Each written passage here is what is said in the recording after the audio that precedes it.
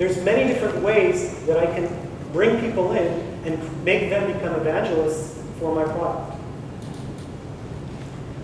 And finally, the most important thing is, just because your message is out there, you might not be hitting the right target audience, but you might be hitting a friend of theirs who could serve as a reference.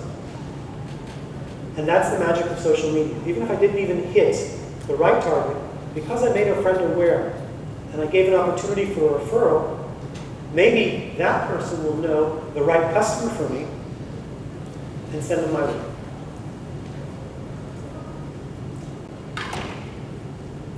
Each movement that was made was a movement that was thought about in advance and it was measured.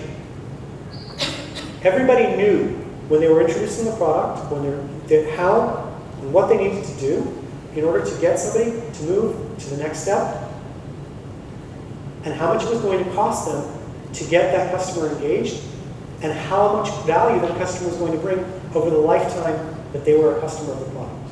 And it doesn't just mean one product, as in the iPod Shuffle, but once they become a customer for Apple, then it's the iPod Shuffle, it's the iPod, it's the iPhone, it's the iMac, etc., etc. So when we're crafting the campaign, there's a few things we need to think about. It's titled BANT, okay, which means budget, authority, needs, and timing. When you're selling to anyone, you want to make sure they actually have a budget that they can afford your product. You want to make sure that they actually have the authority to make the decision to purchase the product. You want to make sure that they actually need your product. And most importantly, you want to find out exactly how long it's going to take till they fork over the cash. The more you can automate each step, and the less human involvement you can have, the more money you're going to save, and the larger you can grow, and the bigger scale you can achieve. Okay? So, for instance, when you're working on a web campaign and you're talking about software, okay, you have to ask yourself, is my problem that I'm not being found? Do I not have enough people coming in at the top of the funnel, looking at my product, evaluating my product? Is my problem that I've asked someone to fill out a form, and people are reaching the form page, seeing it, not filling it out, and then leaving the site? Is the problem that I'm not getting people to actually sign up for the product because there's a cost or there's too much information being requested? The goal today is to wow a person first, get them to use the service, and once they start using the service, they'll become addicted, just like to the internet, and they'll start paying for it quite a lot of money. 15 years ago, I'll bet that most of you were spending somewhere around $20 to $30 a month on communication, right? You had a basic phone line at home. Your basic phone bill was about 100, 150 shekels a month, right?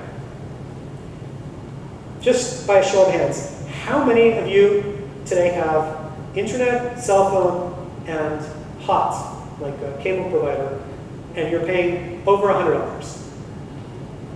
Over 400 shekels, 300 shekels, including just the phone bill, right? How many of you are paying close to 600 shekels? Okay. How many of you are paying close to 1,000 shekels because it's your phone, it's your husband's phone, it's your kids' phones, it's the internet, it's this? Okay, 15 years ago, we created something that none of you thought about, and none of you assumed you were going to be spending this much money on communications. And yet today, it's almost as important as food, and for most students, it's probably more important than food. Okay? They'll spend more money on their cell phone bill than they will on eating healthy. Dropbox. Have you guys ever heard of it? Dropbox? Dropbox is a great service for those of you guys that don't have it. It's a service that enables you to go and share your files online by creating almost like a virtual server. Okay, and it's free. They give you a lot of space to use.